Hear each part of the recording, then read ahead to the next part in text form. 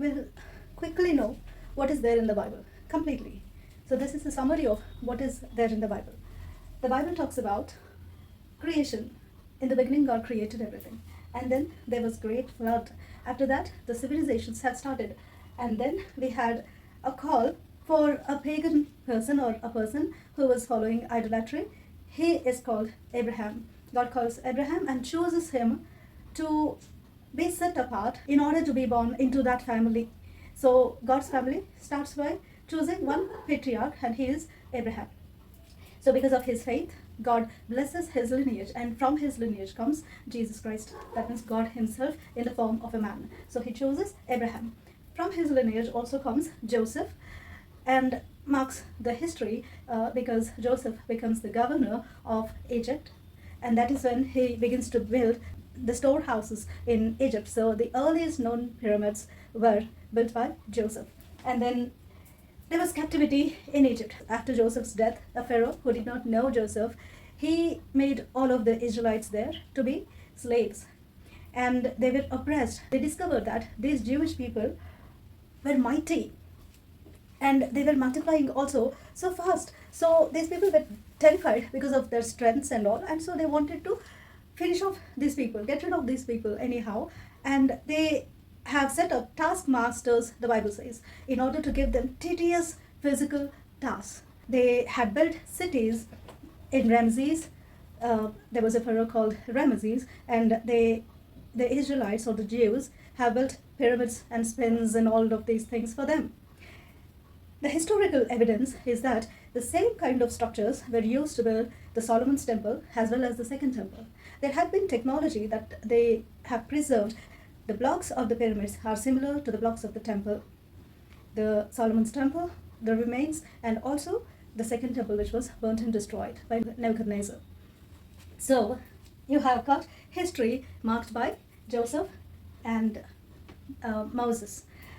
Then Moses comes out and fights and delivers the people. Did the Red Sea crossing really happen? There are artifacts that we can see, and there are people who have dived into the Red Sea and discovered and covered the footages that shows us how real it is. So be it a catastrophic flood, leaving the mark of the ark itself that God preserved for today's generation to see, and also the crossing of the Red Sea. These are great things to imagine, and that is how he made his name greater. Then God had given these people, the special people of God, the Jews, law. Because God did not wanted them to follow any of the pagan cultures that are around them. God wanted to set them apart and give them the knowledge of who God is, and also God wanted to set them apart to stand out and worship the Lord in spirit and truth. And so God revealed himself in different ways, doing many, many miracles and giving them gifts and talents, and so that the other people in the surrounding regions also would know that these people and their God whom they serve is a real God. And that is how people from other parts of the world have known that there is a God and he is real, and this is the way the world ran. So God has marked his name and his history right from the beginning and preserved it through these people. But what happened later? The people were always rebellious, just like us, everybody. The people were always rebellious. They did not listen to God, neither did he heed to his commandments and all, and they were on their own. So God has also appointed judges, but these judges were also following the pagan cultures. So these judges, there are about 12 to 14 judges in the Bible, until a special person or a prophet called Samuel. So all of these people, there are good and bad, and there are people who have also partaken in the pagan systems. That is when one of the judge will be making an oath saying that if I win this battle, then I will be sacrificing whatever comes in front of me. And his daughter comes when he wins the battle and comes back. And then he had to sacrifice his daughter, but the scriptures or the culture says that he did not sacrifice because it is against the law. So he dedicated her to the temple. So his daughter will ask him, Father, I want to go out and enjoy with my friends for quite some time, and then I'll come back and then you can offer me. So she was offered to be there in the temple, and that is how giving girls to the temple or dedicating girls to the temple also made its way to become a superstition for the people, and that is how the Devadasi system came. So it all started from there itself. Devadasi system is kind of temple prostitution, but taking girls in the name of God. Like people then began oppressing other people, saying that God has shown your family, we want your daughters. And this very much happened in many parts of the world, and especially in India, where there was Devadasi system, where any high class person would go and say that we need your daughter, God has shown and we need your daughter. And they used to exploit the girls in the temple, which was even condemned by Ambedkar and many of the missionaries, and also freedom fighters have fought for it, because those girls did not know whose children they were. And so even Mahatma Gandhi gave them a special name. He called them Harijans. Hari means God, Jan means people, Harijan means God's people. So in the temple prostitution, whoever is born to those Devadasis, they are called Harijans. When Ambedkar has protested against it, Mahatma Gandhi did not stay quiet. He rebelled and he went on fasting, he went on protesting, but he did not wanted to remove that system or the title of Harijans. He did not wanted to remove that. That is the history. So it all started from here itself. First, girls used to get into the temple to be dedicated, just to clean out and all, just like in the New Testament we find Anna. There is a woman called Anna who became a widow. She did not have children yet, but she wanted to serve the Lord and be there in the temple, spending the rest of her life in the temple. And so God had given her the privilege in her old age to hold God himself, Jesus. She held Jesus in her arms. That is how people used to go and dedicate their lives and stay in the temple, just in order to take care and to preach and to serve and all, but not to do any other malicious activities. But later on, everybody started to take advantage of that and started to exploit girls in the temples, which we get to hear even in today's world. Then after Judges, people started to live on their own. They did not had any king.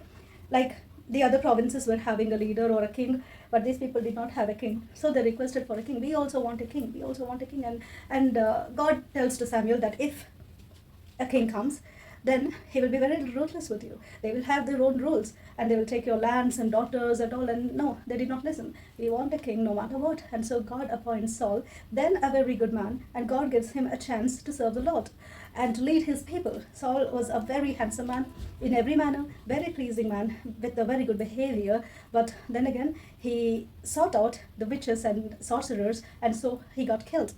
And he was very ruthless, and an evil spirit from the Lord began to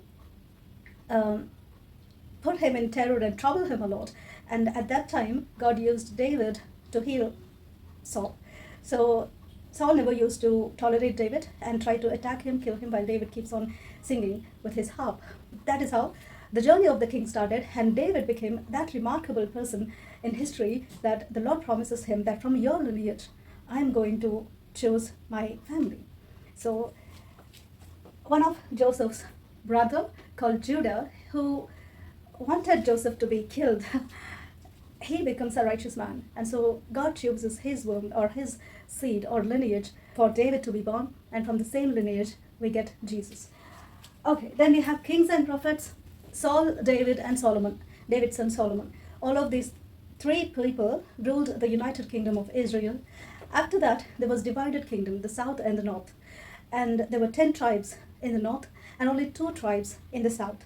And God preserves the southern kingdom, because the southern kingdom will be having good kings, whereas the northern kingdom, God destroys completely. So all of the Jewish tribes were scattered throughout all the parts of the world when they went into captivity. And that is how the Babylonian captivity started. So when the Babylonian captivity started, it started with Nebuchadnezzar conquering both the northern and southern kingdoms, and followed by the Medes kings who ruled.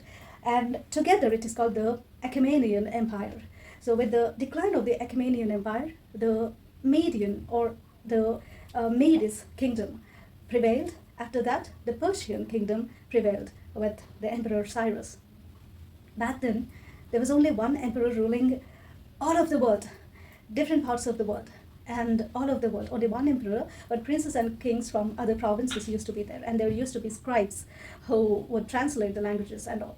And the development of languages, there was only one language that was spoken throughout the world back then. That was during the time after flood. But then an incident happened where the Tower of Babel was constructed by a set of people. They wanted to make themselves as great, and so they started constructing the building.